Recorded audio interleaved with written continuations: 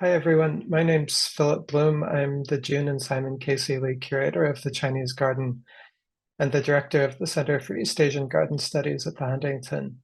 It's my pleasure to welcome you to today's talk, The Japanese Shoya House, an encyclopedia of Japanese architecture by Professor Yukio Lippit of Harvard University. Professor Lippit's talk is the second in a series of three that celebrate the opening of the Huntington's Japanese Heritage Shoya House this past fall.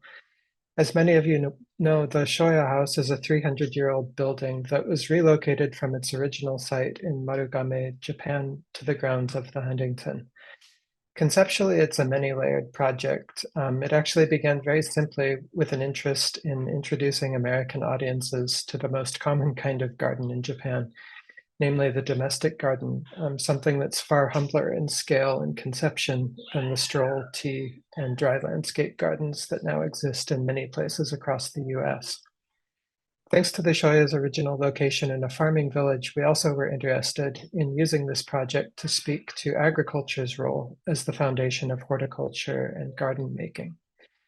But through collaboration with departments across the Huntington, the project team ultimately came to see the Shoya as an important site for thinking about sustainable forms of engagement with the world around us, for thinking about reusing, recycling, and upcycling, for thinking about permaculture, for thinking about circular design.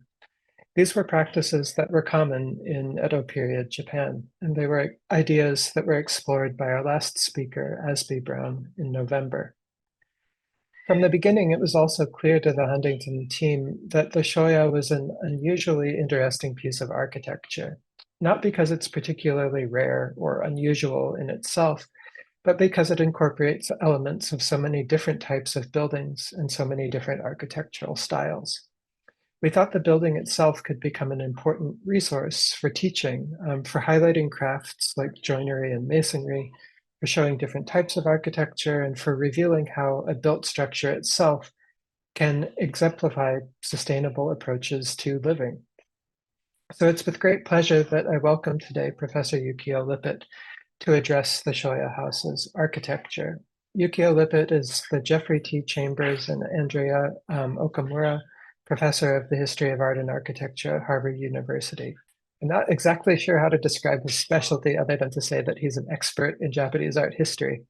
He's the author of a rather overwhelming number of articles, books, and exhibition catalogs. And as I was reviewing the topics that he's treated in his publications, it almost seems as though he's systematically attempted to treat every major figure in the Japanese art historical canon, from the 8th century Shosoin imperial treasury to the 12th century illustrated scrolls of the tale of Genji, from the 15th century monk painter Sesshu to the 17th century Kano school and the 18th century virtuoso Ito Jakuchu, from the 20th century modernist artist and scholar Yoshiaki Shimizu to Japanese practices of conservation. His monograph, Painting of the Realm, the Kano House of Painters in 17th Century Japan, was published by University of Washington Press in 2012 and was awarded the Mori Book Award by the College Art Association and the John Whitney Hall Book Prize by the Association of Asian Studies, the two principal prizes that are open to historians of Asian art in the US. Over the past 20 or so years, Professor Lippit has also transformed a teaching interest in Japanese architecture into one of his research fields. And to that end, he's worked on volumes on the modernist architect Kenzo Tange, as well as on the practices and tools of Japanese carpentry. Thanks to the inscrutable workings of the cosmos, I ended up studying with Professor Lippit when I was a graduate student. I feel fortunate in many ways to have had the opportunity to work with him, but I'm particularly grateful to have had him as a mentor during the process of professionalization that transforms students into scholars. I'm also particularly grateful to have been inculcated in his insistence that historians of Asian art outside of Asia consistently collaborate with historians of Asian art in Asia to develop the field in both places. Without further ado, please join me in welcoming Professor Yukio Lippit to discuss the Japanese Shoya House, an encyclopedia of Japanese architecture. And please feel free to enter any questions that you might have into the Q&A box at any time during his talk. So, Professor Lippit, take it away. Thank you very much. Uh, Philip, thank you for that overly kind introduction. It's particularly, I think, nice for me to be able to address you in this forum today because I had the privilege of working with Philip for many years at Harvard. I'd like to thank him. I'd like to thank Robert Horry, Michelle Bailey, David and Mikey, and the team at the Huntington for enabling this presentation. It's a real privilege to address you.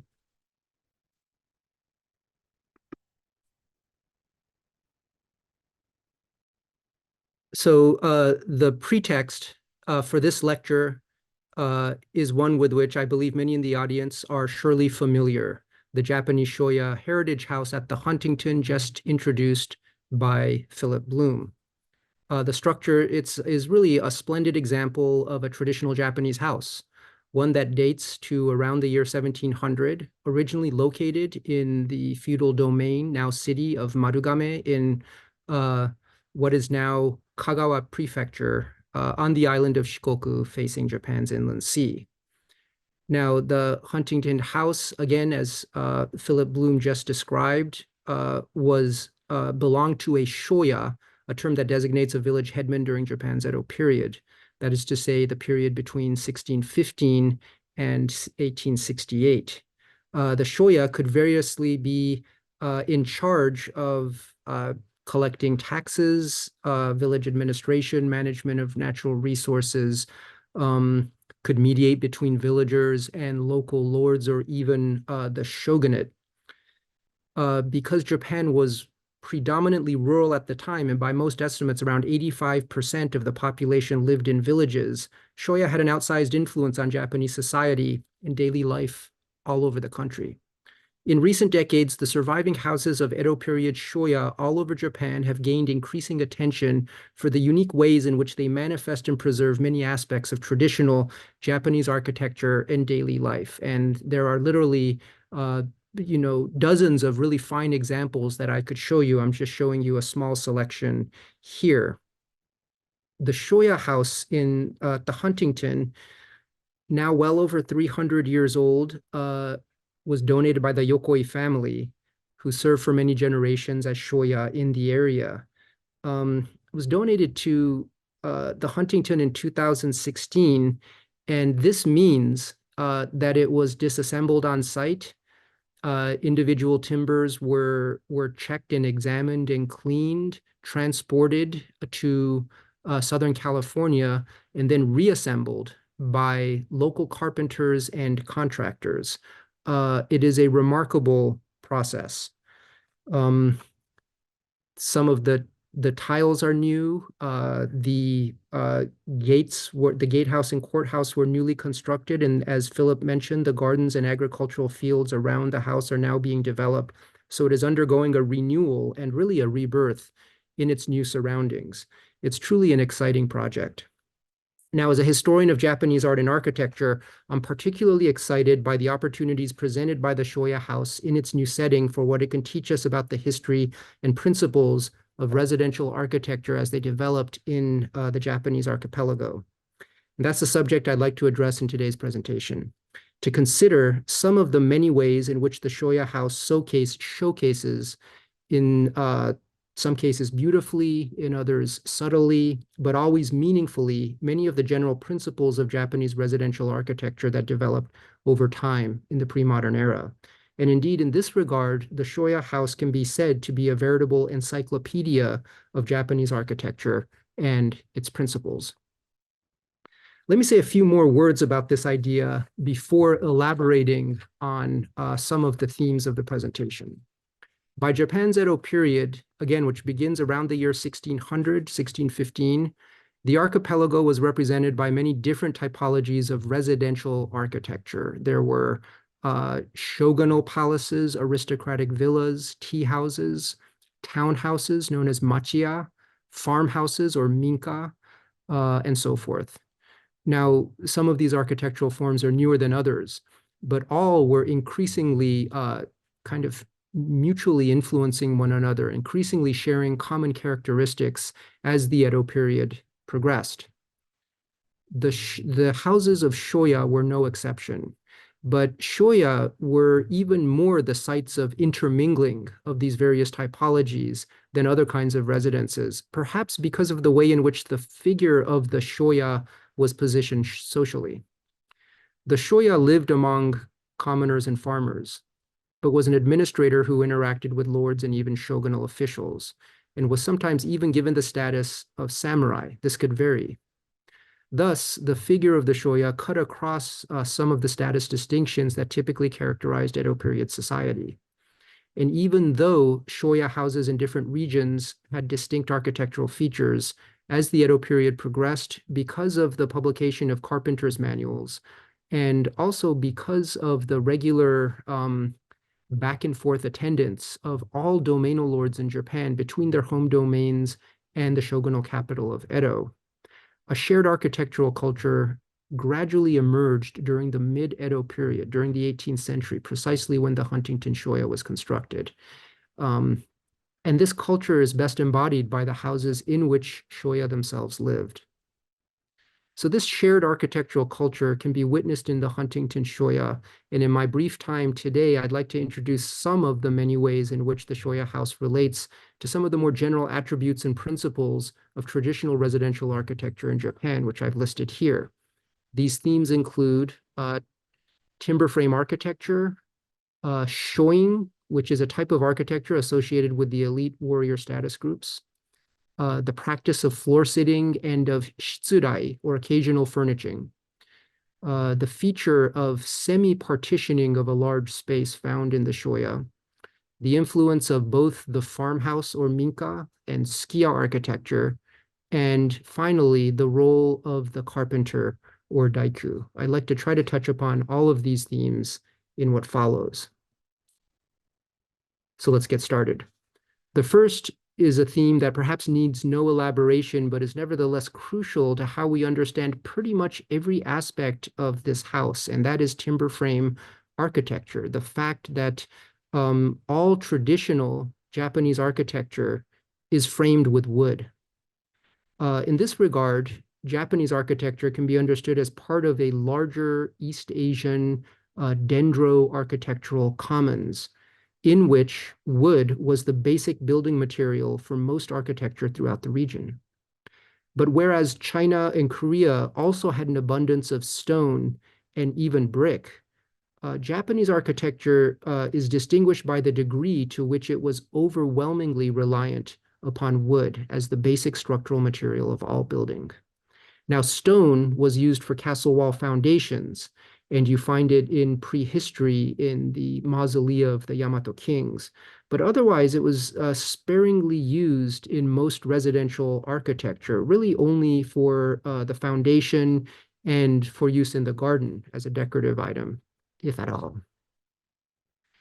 Temples and palaces in Japan were characterized by heavy tiled roofs that sloped and whose eaves extended well beyond the wall plane, as you see in this image of the famous Golden Hall at Tosho Daiji Temple in Nara, the 8th century. Now, the weight of this heavy tiled roof was distributed in this system of engineering to an outer perimeter of columns or pillars, the weight was funneled through bracket sets that rested on top of the columns. In other words, load bearing was entrusted to the columns, not walls, as one would expect in stone architecture. This was an architecture without walls. That is to say, there were no load bearing walls. What appear to be walls are in fact just filler between columns, fill-in that could consist of plaster or wood or some other material. Now, the same basic idea pertains to the Shoya house, even if the roof of the house is less heavy and elaborate than the temple we just witnessed, even if the pillars are less prominent. The basic idea of holding up the weight of the roof which is funneled through the roof truss that you see here to load-bearing pillars is the same in the Shoya house as it is in all high-ranking buildings, wood buildings in early Japan. And I should say that even though the roof is less elaborate, in fact, it is a very heavy load that ends up in the aggregate on the Shoya house roof because of all of the tiles and the layer of plaster and the boards underneath. So in the Shoya too, there are no walls, no load-bearing walls, that is. That's why the wooden frame itself is like a skeleton, or rather an exoskeleton, because a number of the interior beams are exposed. This is one of the fascinating things about walking through this structure. It's observing, looking for, and appreciating the exposed structural wooden beams of the building's exoskeleton. In some cases, these beams are only partially exposed. In other cases, much more dramatically so. This is what gives it its lightness and porosity, the feel of lightness and porosity of the entire building. Indeed, the Shoya house has many different kinds of partitions. They could be made of paper. They could be sliding door panels. They could be plaster made of wood, different kinds of materials. In this image, you're seeing sliding door panels on the outer edge of the building with glass planes. They constitute the outermost partition around what is effectively a veranda wrapping around the main rooms of the house. These glass sliding doors were added early in the modern era, and they themselves are of great interest. But of course, they play no structural role in supporting the roof. Rather, they're simply keeping the elements at bay while providing visibility to the garden and the outside. And it's also the load-bearing pillars and the wooden frame of the house that allows the partitions in the house to frame the views of the garden outside in the manner that you see here. All of this is possible because of the condition of timber frame architecture in Japan. So this brings us to our second theme with which the Shoya house, onto which the Shoya house opens up. And that's the category of architecture known as shoin architecture. Shoin means study, and that's a term I'll come back to. But it refers in this case to a style of formal residential architecture that emerged in the medieval period from the 15th century onward, and that by around the year 1600 had become standard for warrior residences and increasingly for other spaces in temples and for other status groups, including for commoners. Shoin architecture contains many of the characteristics we associate with traditional Japanese architecture today. I've listed some of these elements here: room-based floor plan, modularity based on the unit or module of the tatami mat, roughly 2 meters by 1 meter, tatami as flooring, wood plank ceiling, sliding door panels known as fusuma, shoji, which are paper sliding doors, a tokonoma alcove, staggered shelves, and so forth. Now, the earliest surviving example of shoin architecture that showcases all of these elements is the Hall of Eastern Salvation, or the Togudo. This was once part of the villa of the 8th medieval shogun Ashikaga Yoshimasa, built sometime during the 1480s in a region. It was known as the Higashiyama Villa in Kyoto.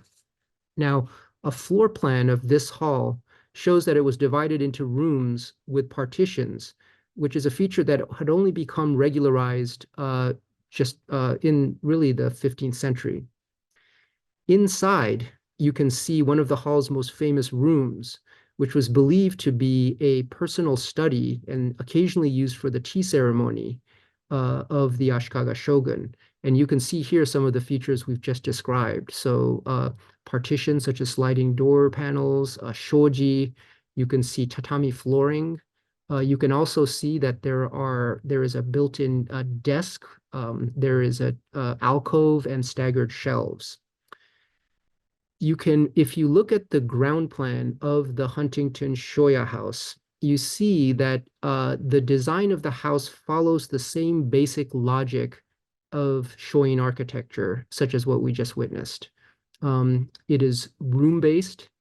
The dimensions of the rooms are modular. That is to say, they're based on the unit of the tatami mat itself. And when you go into the interior, you can see all of the features that we've just witnessed in the Higashiyama Villa. So tatami flooring, wood planks on the ceiling. There are square pillars into which are fitted the grooves that enable sliding door panels and shoji panels. You see tokonoma alcove, staggered shelves, and so forth. Note also here the wondrous effect of paper-filled light, the way it creates this almost kind of moon glow to the interior when it mediates the light outside. By around 1700, Shoin architecture had begun to characterize many of the regional residences of village headmen all over Japan, as we witness here with the Huntington Shoya house. Now, of all of the many elements of Shoin architecture found in the Shoya house, I'd like to dwell a bit longer on the tatami flooring. And this, in fact, constitutes the third theme of our presentation. Their presence here underscores the fact that all throughout the pre-modern era, Japan is a floor-sitting culture. One sat on the floor indoors. In fact, it was inconceivable for someone in the Edo period to enter a house like this, to take off their shoes, their feet covering, to walk into the house and to stay standing for any long period of time. This distinguishes Japan, this idea of a floor-sitting culture, from even within East Asia itself. In China, chair sitting began to be embraced among elite status groups around the 9th century. And by around the 14th century, the same can be said for Korea. But in Japan, at all levels, at all strata of society, people tended to sit on the floor, and this continued well into the modern era. Architecture, accordingly, was designed for a floor-sitting inhabitant. The dimensions of traditional Japanese architecture and the Shoya house simply do not make sense if you are standing inside the building. You really need to be sitting in order to experience it. The floor was accordingly an important medium of communication and sociability. It was well tended. It was nurtured. Of course, one didn't wear shoes on it, but it was also regularly changed or cleaned. And there wasn't much clutter because much of the floor surface was multi-purpose. You put one thing out, but then you would put it away at night or on another occasion. We'll come back to this idea as well. Now, the practice of floor sitting in Japan also affected, I would say, the interpersonal dynamics that would take place inside a residence, and even the psychology of space. This is a difficult observation to describe. And in attempting to capture the feel of a floor-sitting environment, it's useful to look to the films of Ozu Yasujiro, a famous Japanese mid-century director who specialized in family dramas. Many of Ozu's films are intricate explorations of silent, unspoken tensions in Japanese family life, such as Tokyo Story, really a wonderful film. For our purposes, Ozu's films are interesting because they attempt to capture the subjectivity of floor-sitting figures through cinematography and camera angles. Ozu thought long and hard about the camera's relationship to architecture, and when you view his films from this perspective, they're fascinating. He puts the camera low to the floor to get at the level of the characters, the so-called tatami shot. And these shots are indeed a different way of experiencing dialogue, of interior, of space, even of body language.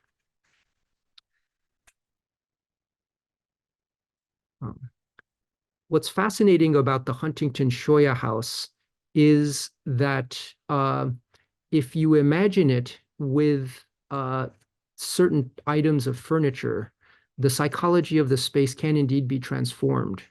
What I'm showing you here is a photograph provided to me by the curators of the Shoya house of the house in its former incarnation in Marugame, where you can see a low table and some pillows on the floor. Just the presence of those items seems to transform the sense of space in the house, perhaps because we are vicariously kind of sitting inside the room through the pillows that were offered here. This suggests that the Shoya has this wonderful ability to showcase the larger theme of the relationship between the body and architecture, which is a fascinating topic. What kinds of bodies and modes of comportment are presupposed in different architectural traditions throughout the world in different historical eras. One might say that the Shoya house provides a Japanese inflection on this larger architectural question. Now, this photo provides a good segue to the next topic, which is that of the practice of shitsurai, or occasion-specific furnishing. When one looks at the Shoya house, it can look empty. Why? Well, of course, there's not a lot of furniture, and there's a very open feel. But this is, in fact, also a feature of traditional residential architecture and the practice of occasion-specific furnishing, or shitsurai, which has been a component of elite residential culture for centuries, certainly before the Shoya. Now, to understand this practice of shitsurai, or occasional or occasion-specific furnishing, one needs to go back in time to aristocratic palaces known as shinden, or sleeping palaces. These were the palaces, the residences of the aristocracy back during the Heian period. The Heian period spans from around the year 800 to 1200, and it's considered the golden age of the height of aristocratic and imperial culture. And in Kyoto, aristocrats oftentimes had residences that took up entire blocks known as shinden, or sleeping palaces. Now, when you look, unfortunately, I can only show you examples of sleeping palaces through diagrams because no examples survive to the present. But when you look at reconstructions of the interior of shinden, one notes that everything is provisional and temporary. There are round pillars that, again, bear the weight of the roof, but otherwise, all of the furnishing is not is brought out. It's not built into the design. It starts with the wooden flooring. Back in this era, even tatami or floor mats were brought out or moved with the sitter. And that went for all kinds of other furnishings. Lamps, tables, armrests, the sleeping daises and standing curtains, sliding door panels, and so forth. The term for bringing out furnishings and changing them upon the time of day or the occasion, whoever was visiting and so forth, was shitsurai. And it's very important to the daily life of inhabitants of these palaces. We think of furniture as something that one purchases and that has a life, maybe of 10 years or so. But that's not the case in this culture of residential architecture. Furnishing was done daily, and in the case of these aristocrats, by a large staff. It was labor intensive, and it was part of the lifestyle. There are manuals that record how furnishings, how shitsurai was carried out for specific rituals in very large aristocratic households, such as in this reconstruction where you see here, where you see tatami mats, standing silk screens, standing lamps, lacquered food tables, bamboo blinds, et cetera, et cetera. One of the interesting things is that this program, this practice, is really part of the architectural culture itself. It really makes the architecture transitive. A shinden palace can be thought of as a verb instead of a noun. And each act of installing furniture was an act of architecture, an act that repartitioned space and reconfigured it within a specific design. So it's important for this culture, at least, not to think of architecture always at the unit of the building. It could be at a fragment of a building or even an act that affects the space in the building. Now, vestiges of this practice carry over even into the era of the Shoya. So we might see it once in a while as an empty stage. But again, if we return to the photos of the house in its previous incarnation at Marugame, and even with the slightest furnishings, tables, pillows on the floor, hanging scrolls in the tokonoma, one can see that these items that are inserted activate the space. They dynamize it. This quality can be understood, again, through the practice of shitsurai, and is one of the things that is so fascinating about many different kinds of residential architecture in Japan. The principles of shitsurai or occasion-specific furnishing offers a natural transition to the next principle of traditional Japanese architecture I'd like to take up here, which is that of semi-partitioning. Now, in order to elaborate upon this, I need to return to our discussion of the earlier Shinden sleeping palace. As I mentioned, these palaces consisted of large open spaces. They were marked by fluidity and a lack of partitions. One could, depending upon the occasion, bring out temporary furnishings that carved out space cells for discrete groups and for meetings within this larger space. There was a freedom of partitioning. Now, I'm embarrassed to do so, but I'm going to show you a close-up of a dollhouse reconstruction of Japan's famous novel, The Tale of Genji. This is a novel authored around 1000, which is in the Genji Museum in the city of Uji, south of Kyoto. And I'm showing it to you because this dollhouse recreates life in a Shinden palace in a wonderful way and shows the role of furnishings semi-partitioning the space of the shinden. You could see that there are sliding doors that create rooms that could be open and closed. There are see-through bamboo blinds, so transparency of material is occasionally important. There are standing silk curtains. These all carve out smaller spaces that can nevertheless be conceptualized as kind of cocooned zones within larger environments. One can visualize and experience both the part and the whole at the same time in the same space. This feature of semi-partitioning becomes encoded in shoin architecture during the late medieval period and becomes a mainstay of many forms of Edo period residential architecture, including the Huntington Shoya house. Here, the idea of semi-partitioning is most evident perhaps in what's known as the kokabe, or the small wall, which is the upper walled-in area between rooms that we see frontally here. These zone the space effectively and offer the potential for partitioning the space into rooms, while nevertheless, when the sliding door panels are open, showcasing how expansive and unified the larger space of the residence is. Its effect in this regard is both practical and psychological. The architectural inhabitant reads the space as both zoned and part of a larger whole because of these features. And among other things, it's been an inspiration for modern architects such as Maki Fumihiko and his concept of oku, or the interior, in his designs. Now, in particular, the transom of the Shoya house is noteworthy. Transoms are the areas above that occupy the small wall area above the sliding door panels, zones that showcased fine open work wood sculpture with designs that also allowed one to see through that zone into the room beyond. The Shoya house has a particularly fine example from the Edo period here. Close-ups show just how expert the craftsmanship is, and you can see it's actually carved in semi-relief. I believe, I'm told that the subject matter here is actually of an inexhaustible sake barrel, which you can see in the upper image. Now, in what I've described, so all of this is part and parcel of the component of semi-partitioning, which is found all throughout the Shoya house. Now, in what I've described thus far, the Shoya appears to conform in many ways to the basic features of shoin architecture.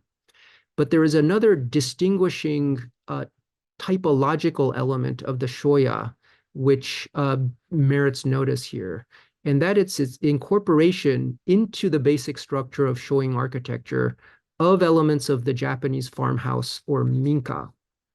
Now, for most of history, the minka was the absolute bedrock of vernacular architecture all throughout Japan.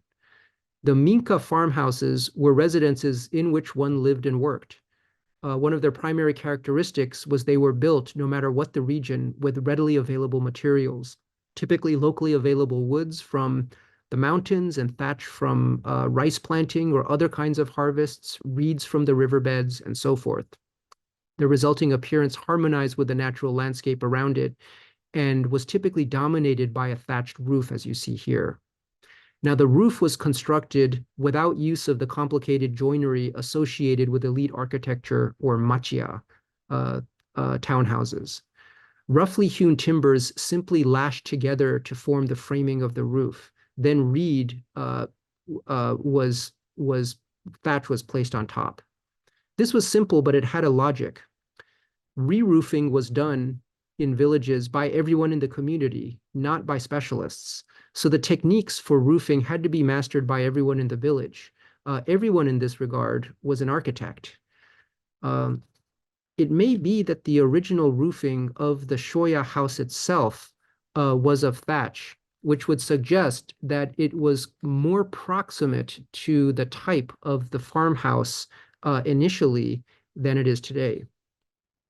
Now, another major feature of the farmhouse or minka is the division of its interior into two parts.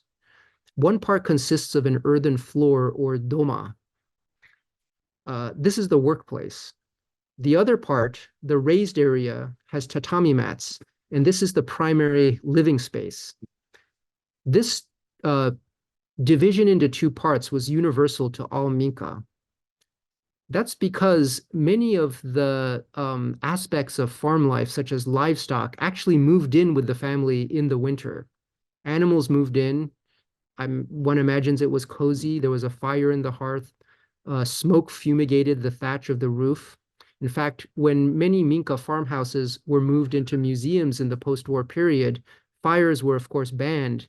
But within a year or so, the thatch of the roofs would be devoured by insects, which shows how buildings were closely tied to the ways of life of its agrarian residents.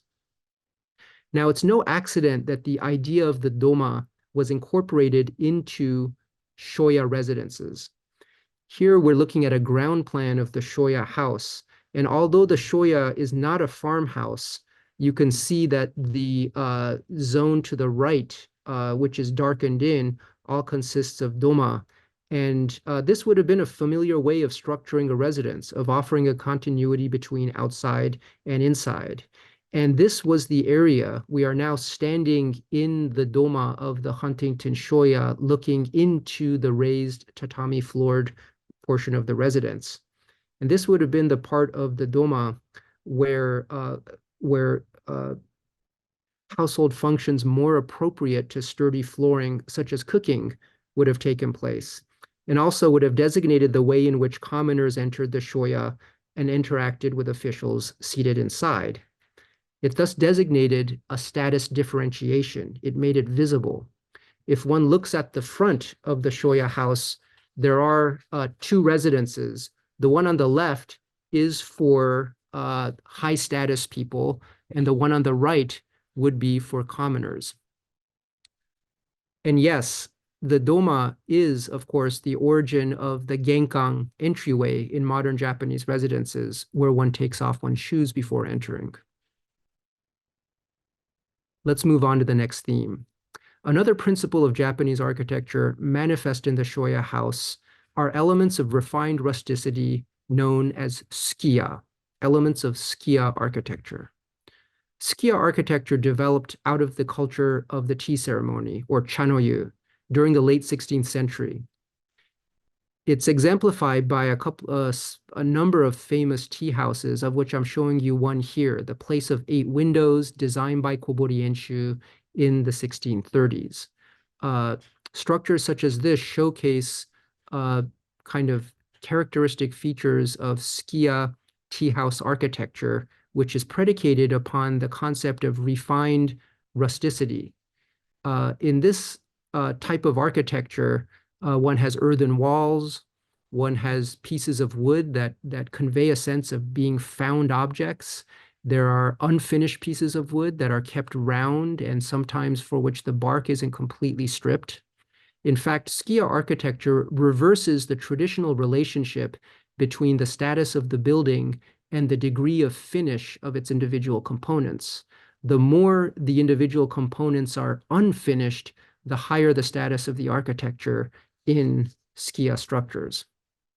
Now, as the Edo period progresses, many Shoya residences around Japan begin to incorporate either tea houses or tea rooms or elements of Sukiya architecture into their interior. And in the Shoya house, these elements are subtly imprinted on the interior. Take, for example, the pillar that marks the corner of the alcove that you see here, just next to the staggered shelves and small sliding door panels. You can see that it's round. Furthermore, if you look closely at its surface, you can see that it is rough hewn or appears to be rough hewn. In fact, it may even be leaving traces of the carpenter's tool on its surface, thus conveying a sense that it is rough hewn instead of finely dressed. This is showcasing the principles of Sukiya or tea architecture. Incidentally, a hanging scroll like this, which conveys the wonderful Zen saying, this is nichi nichi kore kojitsu, or every day is a good day, comes out of a very famous Zen text, the Blue Cliff Record, is closely associated with Japanese tea culture. So a hanging scroll like this in the alcove only enhances the sense of the kind of Sukiya credentials of this component of the house.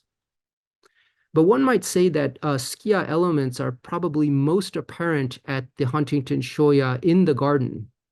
Now, the garden conveys many of the elements of the original garden in the Marugame incarnation of the house. I'm told the stones are actually brought from the original house. And just the idea of figuring a path with stones is inspired by tea house gardens, or doji, dewy paths.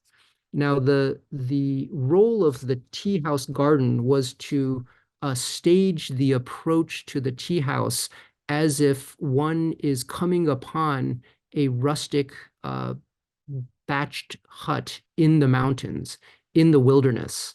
And there are elements of that in this garden that you see here, which convey, again, just a nice element of Sukiya to the entire architecture. Finally, I like to finish with the final theme, which is the role of the master carpenter in as it's as it can be, as it's manifesting, can be kind of gleaned from the Shoya house. Japanese master carpenters, or daiku, were expert or are expert at both designing buildings and crafting joinery. Indeed, the work carried out by the carpenters and contractors in disassembling, transporting, and reassembling the Shoya house at the Huntington is remarkable, and in some senses really beyond description. In recent decades, the craft of the master carpenter, increasingly few in number, has come to receive greater attention. This is due in part to the efforts of figures such as Nishioka Tsunekazu, one of the most famous master carpenters or daiku of the modern era, somebody who really was apprenticed at the ancient Buddhist temple Horyuji Monastery in Nara and oversaw a famous repair of the buildings at Horyuji during the 1930s. Nishioka, through his presence and his writings, called attention to many aspects of the carpenter's craft that had previously been unverbalized and transmitted silently from generation to generation, thereby calling attention to and allowing knowledge about this craft to be transmitted to future generations.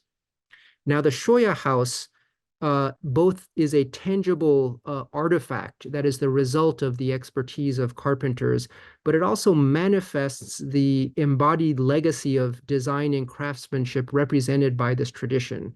It's both a kind of material and immaterial, if you will, manifestation of the carpenter's craft. I'll return to this point in a moment, but I'd also like to talk about the carpenter's tools here. Tools were indispensable to the artistry of the carpenter, and there were a number of ways in which Japanese carpentry tools are unique vis-a-vis the tools of other woodworking traditions elsewhere in the world. First is that they are simply more plentiful. It's estimated that woodworking traditions around the world have about 60 different types of woodworking tools, the totality of chisels and adze and saws and so forth that constitute the toolkit of the carpenter. In Japan, the categories of tools are the same, but there are many more tools overall, around 180. Part of this has to do with the fact that there are many more different types of joinery in Japanese carpentry than there are elsewhere in the world. And one of the reasons why there is more joinery is because Japan is an architectural culture that doesn't use nails to fix the different timber components in any example of joinery. Famously, the wood is simply held together through expert carving and pins and tension. This allows the seismic shock that often comes up from the ground in the Japanese islands to be absorbed and dissipated within the joins because they have a little give. They're allowed to move, and therefore they don't compromise the structural integrity of the buildings. Another way in which Japanese tools are distinguished from other types of tools around the world is in the way they're used. Japanese tools largely come from places like China and Korea, elsewhere in East Asia, but the way they're used develops in a different direction. For example, planes used to smooth the surface of wooden components are pulled towards the body in Japan instead of pushed away from the body, as in China and Korea. It's believed that tool use evolved in this way to prioritize control. One has a little more control when pulling a plane towards one body over force when you push the plane away from the body. And this in turn has something to do with the types of architectural woods used for architecture in Japan, which are mainly softwoods such as cypress and cedar. So one might say that the biomass heritage of Japan has played a role in, been in a dialogical relationship with the development of tools in Japan as well. And finally, the last way in which carpentry tools differ from those of tools elsewhere is in their metallurgy. Japanese carpentry tools are made the same way swords are made. And it's believed that there was a technology transfer between swords and tools sometime around the 13th century. But this means that high carbon steel is laminated over low carbon steel, giving tools a very hard cutting edge, like a Japanese sword, but with a lot of malleability and give, which allows for the microkinesthetics of the carpenter's shoulder and wrist to exert an exactitude of control over the tool as it makes its way through a wooden component.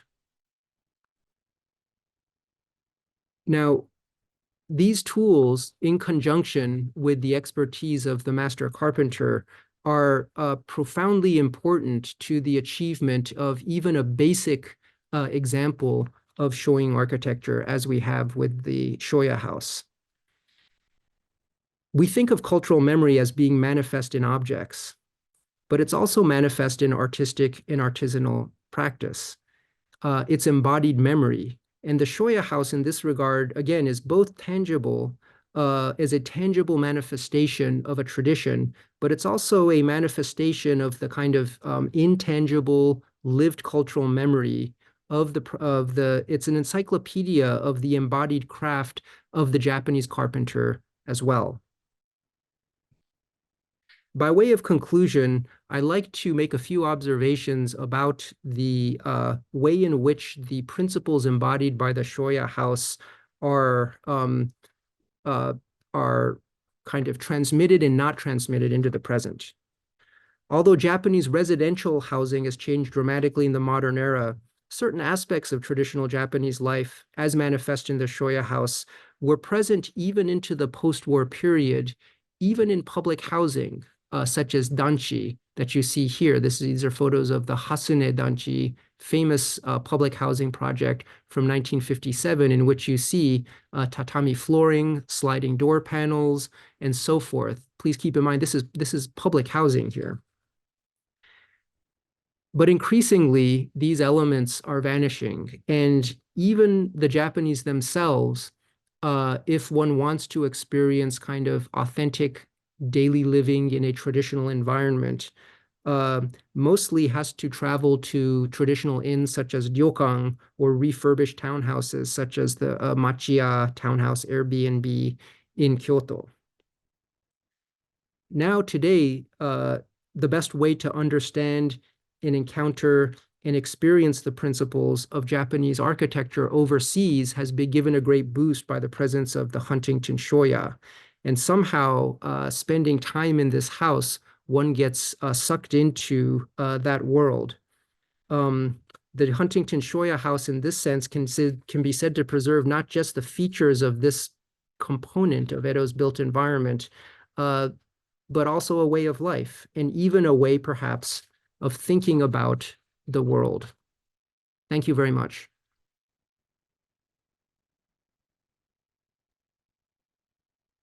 Thank you so much, Professor Lippit. That was fascinating and expansive.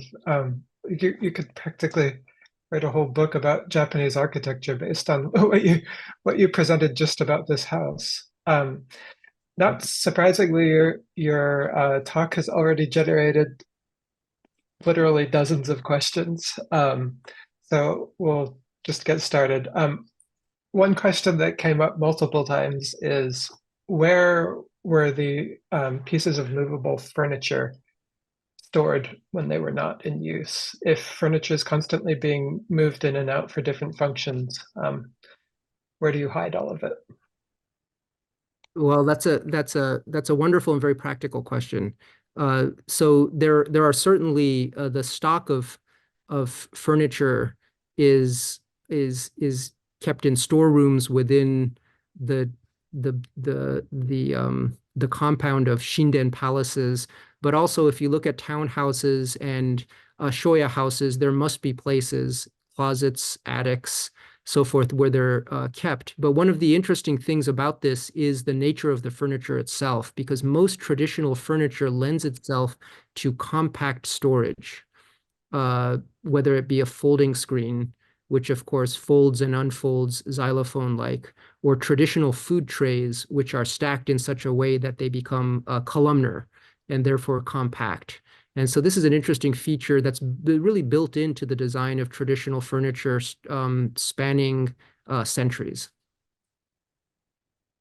Thank you. I'll just say with our Shoya house, if you enter the main house itself, you go into a room through the back, and right in front of you actually is one of these closet-like spaces. We actually use it as an electrical closet, but it would have been used for storage in the past. And similarly, in our Shoya, there are racks in the kind of eating space for the storage of the stacked Yes. eating sets, as you just said. Um, in a similar vein, someone asked, given that this furniture is movable, could the same sort of piece of furniture be used in any house as long as it kind of physically fits the space? Or I guess the extension of that question would be how do kind of sumptuary regulations also play into the different kinds of furniture available to available to people at the time? Well, that's an interesting and uh, complicated question. So I guess one could divide this into furniture which is calibrated to the needs of a specific family, and that which isn't. So most traditional houses like the Shoya and a machiya of a certain status would have had a family Buddhist altar, which would have been a major piece of furniture. It's splendidly showcased in your house, in the Huntington Shoya house.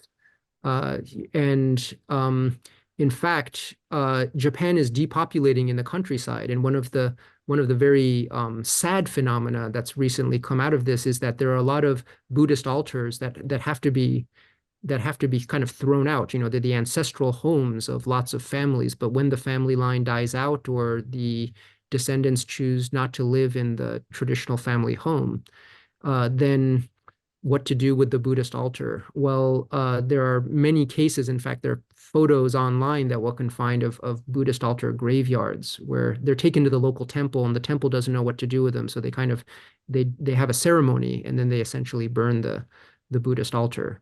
And but those are examples of furnishings which of course would never transfer. But then many other types of furniture would. And one of the interesting things about this is that over time, the Shinden Palace evolves into the shoin warrior, you might say, residence, and then into Edo period vernacular architecture like the Shoya house. And very slowly, movable furniture gets embedded into the design of the house itself.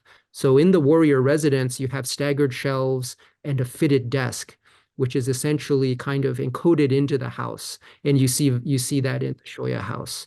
And so there are other examples, such as in townhouses, there are stairs that lead to a second floor, a kind of a small second floor, which double as tansu, or traditional kind of storage facilities.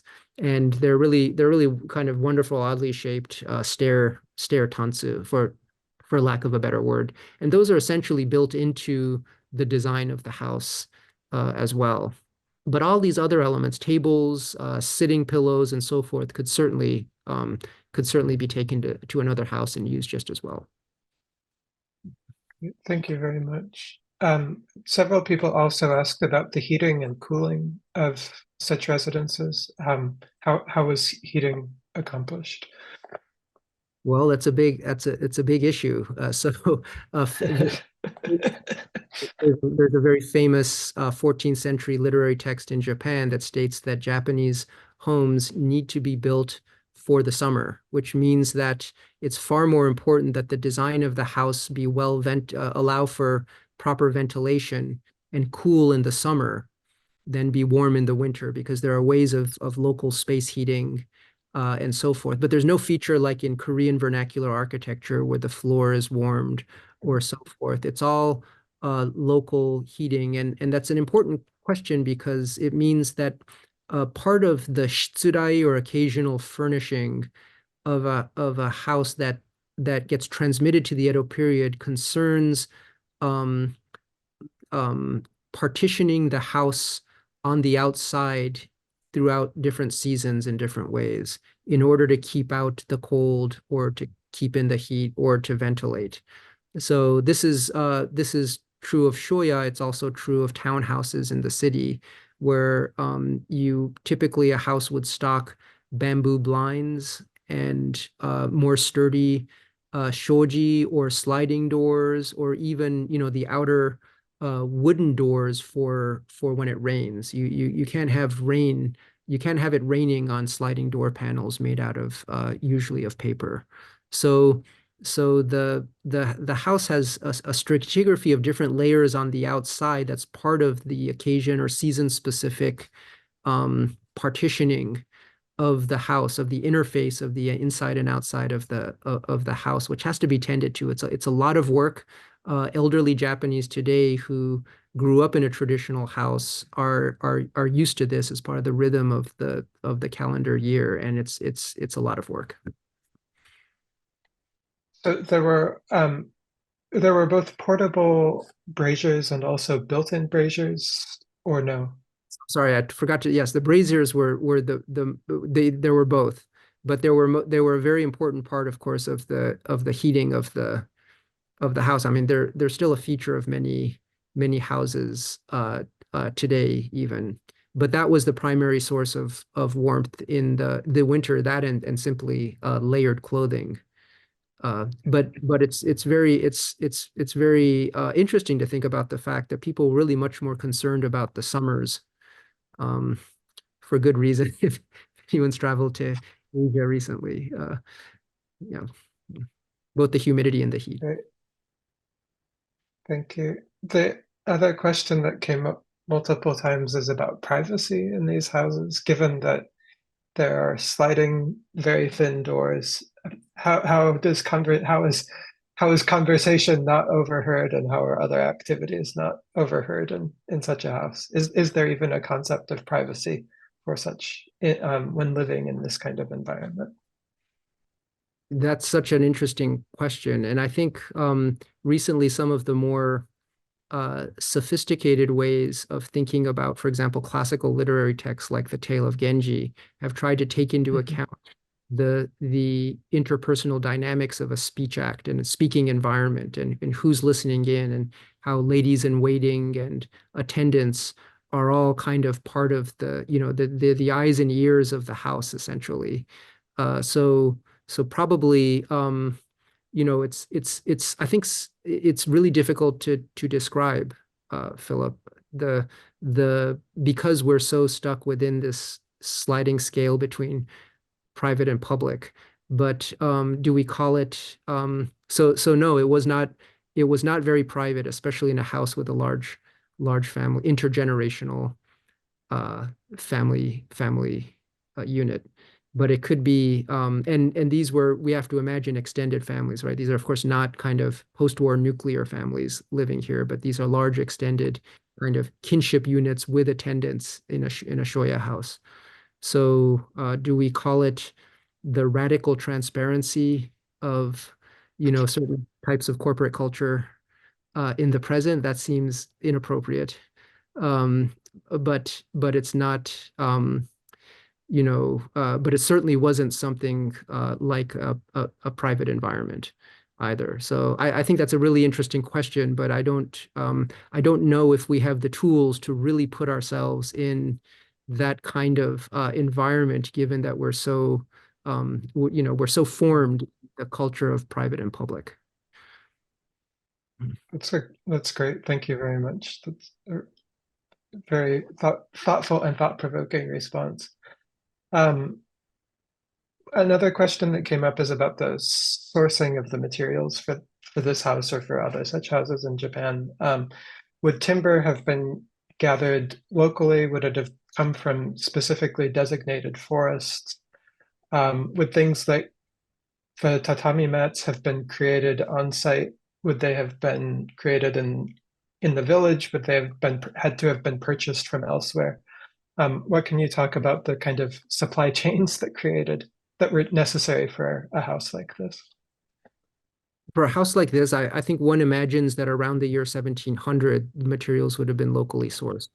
And it's really not until the modern era that you begin to have problems with that.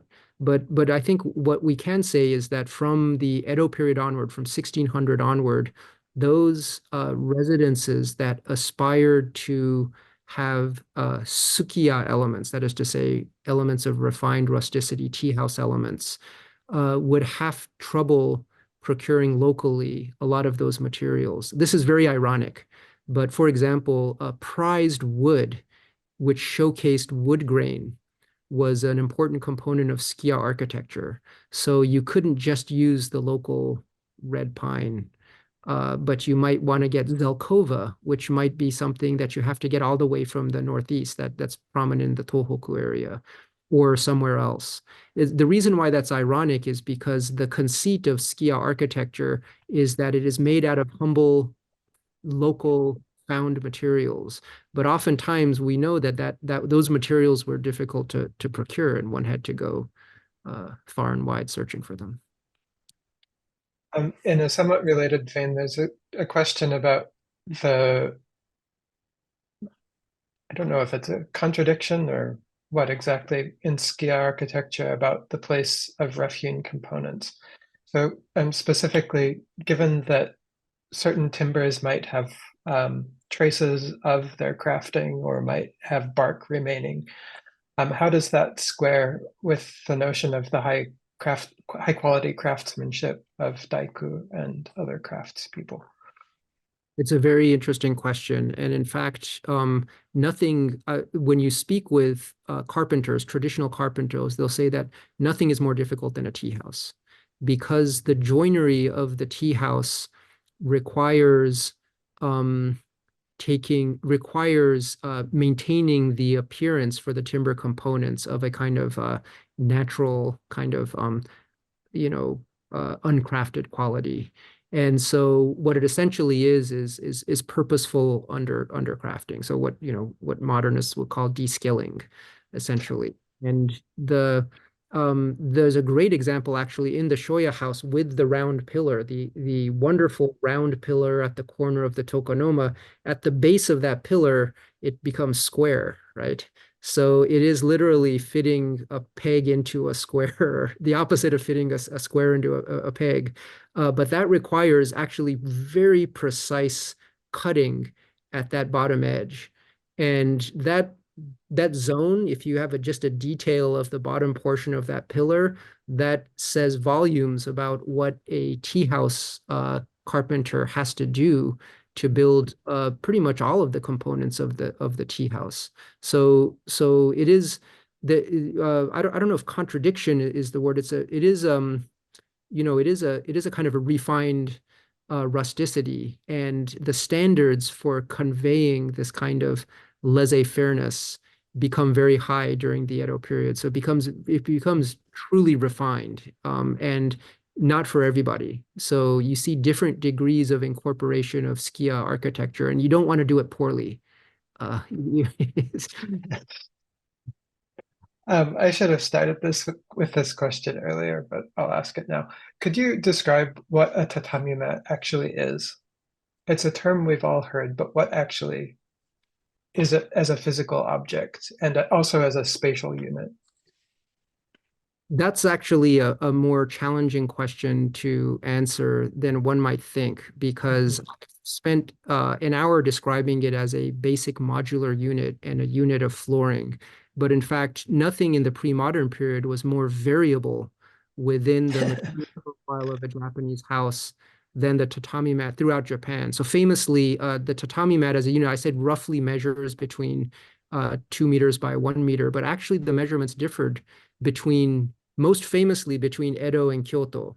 So they were actually that meant that there were different modules for the kiwari system or modular system of construction between these two major urban centers in Japan. But that was also actually to some extent true throughout different regions in Japan.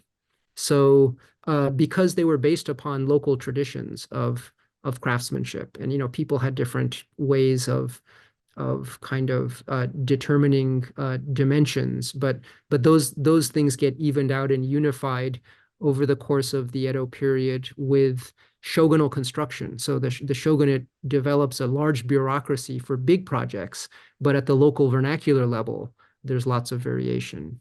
But the idea of a wooden frame with reeds, and the borders are very important. The borders can be areas um, of somewhat extravagant consumption with some kind of embroidery on them stands for all. But even the type of reed that's used could vary from place to place. And now it's become increasingly, and then it becomes standardized in the modern era. So technically, it's showing architecture builds tatami into the floor, but as everyone here may know, that's actually not the case. They're still kind of they can be taken out of the floor and carried out of the house. They're actually fitted into the floor in a showing design in a showing house, but they have a kind of a semi-mobility uh, to them always. And physically, they consist of a wooden core and then sort of layers of reed surrounded by a Uh, woven mat on the exterior that's adorned with the brocaded silk on the yeah, borders. a wooden or there are some forms which have it's a grid. For anybody who knows the structure, the substrate of a sliding door pan like a fusuma, which has a wooden or bamboo grid, preferably bamboo, but oftentimes ends up being wood. And then so it can be a grid or a board inside. But there's always a little bit of the important thing with tatami mats, of course, is that there is a little bit of give to the tatami mat. So it's actually a surface that absorbs bodily weight to some extent, and is and so, a certain amount of thickness is desirable, a certain, and that's why, the board under, I mean, it can't, it's a type of flooring that's really organic and feels good on the feet in its ideal. Um, there are several questions about the number of people who would have inhabited a house like this, and also um, whether there were spaces for children as opposed to spaces for adults, and further, what the place of servants or other attendants would have been, either within the house itself or within the larger Shoya compound. Could you address any of those questions? That's a really fascinating question, because that can vary more in Japanese residential architecture than in other types of vernacular architecture. There is there there's a wonderful merchant's home that, Philip, you certainly know, but many know would know, at the Peabody Essex Museum in Massachusetts, the Yinyu Tong, which is an 18th century Chinese merchant's home from Anhui province, and that has a lot of rooms in 2 floors around a courtyard. And it's a Chinese merchant's kind of aspirational family in which all of his descendants and grand descendants live in those rooms. And they're very clearly partitioned, and it renders architecturally, the architecture articulate, renders visible the genealogy of and it's very ironic too, because that doesn't work out. It's almost immediately it goes sideways, right? But anyway, the house represents an aspiration of family, but it's much more fluid in a Japanese house. One may have many generations of family living in the same house, as with the Yokoi family in the Huntington Shoya. But the way the rooms were used and partitioned is as fluid as the kind of, the open space, modular, semi-partitioned interiors to some extent would suggest. So we know there's some zoning. The room in front of the doma is space for interacting. And then I think in the very back of that sequence of rooms is the zashiki, or the room with the tokonoma, and that might be an area for either entertaining guests or for relaxation by the head of the household.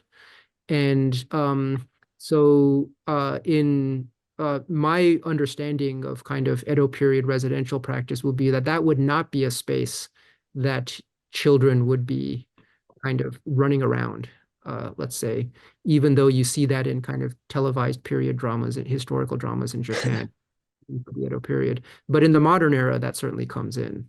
So the extended so there's a lot of zoning of family usage too, but it's a little more fluid, you might say, in the Japanese residential context. So what can only make designations for their something like the shoya, there's official business that's conducted in certain rooms, and then there's the room for the head of the household, and then what the rest of the rooms are used for is would be a fascinating source of further study. Yeah. Great. Thank you. I think my colleague Robert Horry has mentioned that the foundations of sort of some extensions to the house which existed on the original site in Marugame, and it seems like some of those extensions would have been used for members of the extended family. One of the other questions that came up multiple times is where is the kitchen and where is the outhouse in a typical shoya? Well, again, a typical shoya is an interesting term, but the outhouse, the outhouse is the outhouse. It's and generally speaking, kitchen. I assume by kitchen we mean where the ovens are. Yeah, the place where the food is cooked. The place where the food is cooked and so forth. Well, that's, in a lot of places that's in the doma, whether that's a farmhouse or a Shoya. And one of the interesting things about Shoya is that their configurations differ greatly. Their ground plans differ greatly, but townhouses, machiya in the city, are fairly similar because they all have to occupy the same narrow plots of land that extend from the street. They all have to have the same frontage on the street. So they all basically have the same dimensions. And there, the doma extends sideways from front to back, and you have all the kitchen facilities in this narrow aisle from front to back in the doma space. What's fascinating about the any shoya is that it's usually in a countryside setting, and it's much more expansive. It can kind of sprawl a little bit more. And so it has many different configurations of doma to raised floor within the house. So where exactly in the doma those kitchen facilities are placed and so forth. My sense is that it varies quite a bit, but it's always in the earthen floor portion of the house.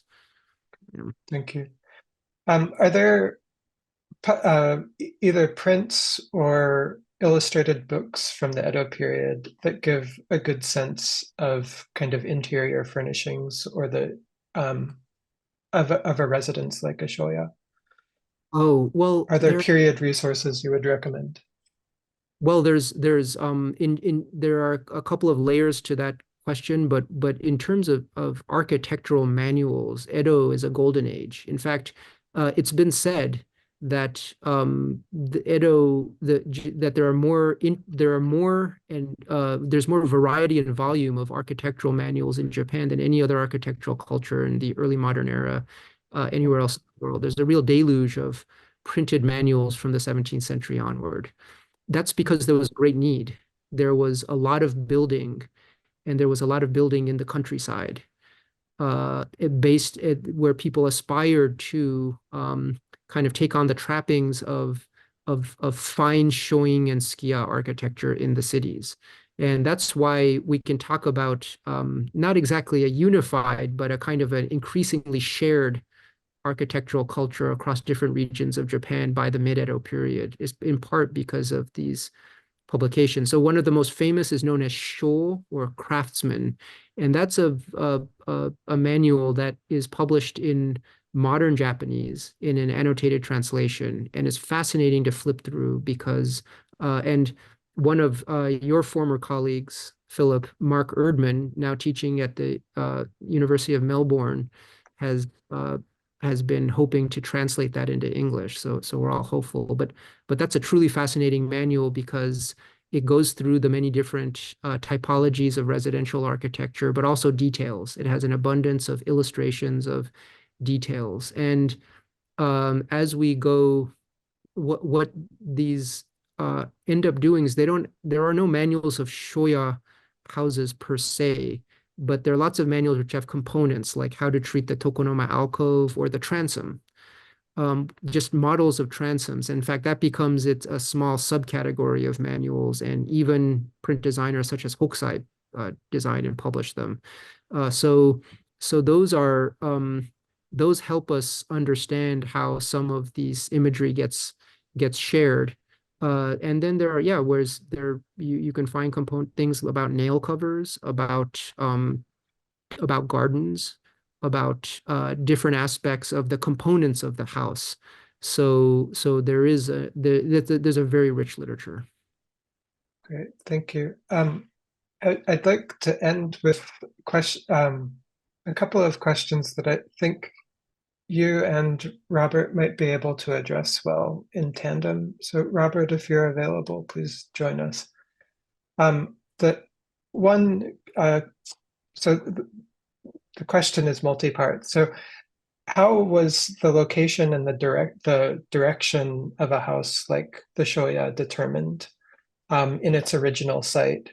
How was that determined for its relocation at the Huntington? And then during the process of disassembling the house and then reassembling it, were there any particular discoveries about craftsmen's notes or hidden papers or other artifacts that came up? And then kind of for Robert specifically, what plans do we have for opening the interior to show it with pieces of furniture like Professor Lippit was discussing earlier? And ultimately, are there any further resources that you both would recommend for the history of Shoya houses, but also just kind of general history of Japanese architecture? So maybe start with location and direction in Japan, Professor Lippit, and then Robert can talk about it at the Huntington. Well, Robert, I would love to not to, not to turn the mic over to you too quickly, but I would actually love to hear more about the original siting of the Huntington Shoya house in Marugame myself. I'm really fascinated by this, but from what I've been able to study about other examples of Shoya houses in situ in Japan, there's a lot of variability depending upon the region and the specific circumstances of the house. And one of the interesting things about Marugame is that it's facing the inland sea to the north, and lots of it's a very particular topography, right? It's kind of subtropical inland sea. There's, the Kotohira Shrine might influence some directionality, but I'd love to hear if you have any observations about or knowledge about that. So the house itself, the original Shoya house, the Yokoi house in Marugame was built so the back or the front of the house, public facing side of the house was facing south. South. South. And that the back of the house was facing north. So those were the two, and we sited the house at the Huntington in the same orientation that existed in Marugame. Another aspect of this house is that there is in the attic area there was a lookout port that faced Marugame Castle. Marugame was a castle town, and it seems that the things were oriented in a way that there was a view of the castle. There is, I think, about 13 or 14,000 family records that go with this house that are on deposit with the Kagawa Prefectural Library at this time. I'm sure that there's more that can be discovered when we go through those archives, and I'm hoping that at some time that we may acquire those archives. The Shoya house itself, the complex is not complete. There were two kura, which are storehouses, and one storehouse was devoted to family furnishings, seasonal items, as well as the furniture, and then the other one was for grain. Yeah, I saw a photograph of the kura. Yes, it was wonderful. So. And do we have plans to continue the reconstruction, Robert? We have plans for continuing the reconstruction, as well as to create a little village around the Shoya. And I guess, so markings and things that were discovered in the dismantling of the house is that we did find markings by previous builders and carpenters, and many of these markings really had to do with where the fulcrum of the beams were, the central point of the beams, and where they were located. So it would say 3 sun below such and such a point. So as it was explained to me, that the carpenters created a three-dimensional grid, and that they had to figure out how these beams would be sited in construction. Thank you. If I could just add, in other contexts, sometimes you find things on or on the ridgepole. It's rare for an Edo. My sense is that's becomes a little rare for an Edo period Shoya house. That would be a real find. But that would be one area where one would find things, and sometimes one does find coins inserted in joiner, things that you find throughout East Asia. I just wanted to comment, if I could, Robert, on the screen, your backdrop, because that's such a fascinating. Is that I believe it's the Watanabe house? Yes. So this is the Watanabe house that is in the neighboring prefecture. Yeah, and the wonderful thing about that, it's just so it's right there in your picture, is that it has a little kind of a thatched roof on top of the tiled roof, mini thatched roof, which is just a gesture, right, to symbolically acknowledge the fact that its inhabitants weren't quite given buke or samurai status, and so technically they weren't allowed to tile. They weren't allowed to actually have a tiled roof, but they have one. Yeah. Symbolically, they cap it with a thatched roof, which is a wonderful, for me, that's a perfect image of what the Shoya is. The Shoya is someone who kind of straddles a little bit different, social groups in their work and in their community. And that's really architecturally manifest in that image right behind it. It's a really wonderful one. So it's very possible that the original Yokoi house also had a similar. It also had this perfect. Yeah, that's really wonderful. Finally, are there other resources that you both would recommend for viewers who would like to learn more, either about Shoya specifically or the architectural typologies manifested in this house more generally? If I could make there are there's some publications. There's a famous Shoya diary that's published in Japanese, a very, very, large scale project. But as I think Robert just mentioned, the Shoya they were also bookkeepers, great documenters. And I think actually this is a field, even within the specialized field of Japanese architecture, architectural history in Japan, which is really exciting and actually on the verge of being explored. They've done a lot with castles, with other kinds of with townhouses, but Shoya are just coming into everyone's radar. And so that's what's so exciting, I think, about the Huntington Shoya. And then I would also just say, as a resource, going to the house itself and having the house be the magnet that draws all these resources. There's nothing better than a living house to teach architecture and give us insight into daily life of the past. And I'd like to mention that Professor Lippit worked on an exhibition of carpenter's tools, a wonderful exhibition. Oh, thank you. Yeah. And I'm hoping that exhibit of carpenter's tools could travel to Los Angeles. Yes, that would be wonderful. Great. Thank you. So we have had two talks also by Asby Brown on kind of sustainability and Shoya residences in the Edo period. Both of those talks were recorded and are available through the Huntington's website. But for the moment, I just would like to thank Professor Lippit profusely for his wonderful talk and generous responses to the many questions this evening. And also, I'd like to remind everyone that we will have one more talk about the Shoya this spring. It will be on Thursday, April 18th at 4 p.m. Pacific Daylight Time. Professor David Howell, also of Harvard University, will be talking about the excretory economy of Edo, Japan.